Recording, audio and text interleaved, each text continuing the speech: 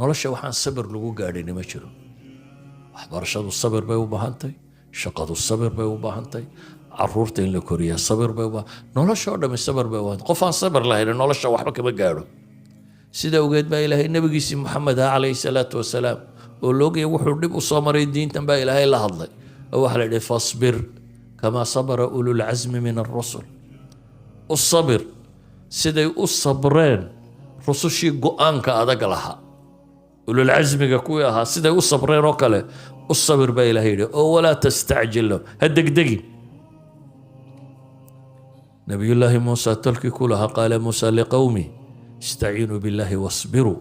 إن الأرض لله يورثها من يشاء من عباده والعاقبة للمتقين سينو سغنا وحينو باهنهي إنه بيئة صالحة سميسانو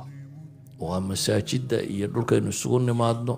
يددك ونكسنين يسكو حدنادا نبي محمد وإلهي القرآن كوت الماما عليه الصلاة والسلام واصبر نفسك مع الذين يدعون ربهم بالغداة والعشي نفتادا وحاد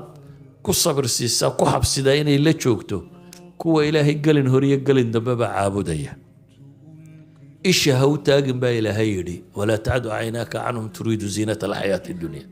أدقو حول الرادين يوم هدي تلدين النقطة حقا العقل هلا حقا شقادة يدو بضنتي حقا كان العقل هدو نولشادو النقطة واحد رادين يسا واتشابي لكن noloshaada waa inay ka mid noqotaa inaad masaajidda iyo dhulka khayrka lagu hayo wanaagaad ku xidhnaato ayuha alaxiba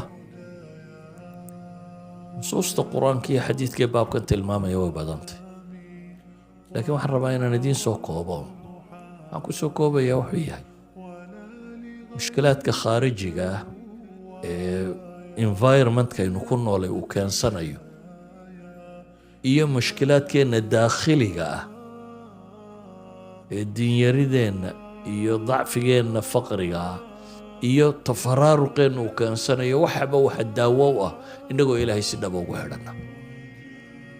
kitaabkaasina wuu ka jawaabayaa su-aal kasta aynu u baahanay oo nolosha wax kastoo waxtar ku leh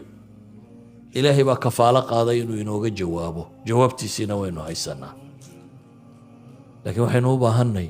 inaynu isku dayno inaynu fahamno wax adag maaha haddii dowladda waraaqa kaaga timaado anada af ingiriisiga aqoon maxaad samaysaa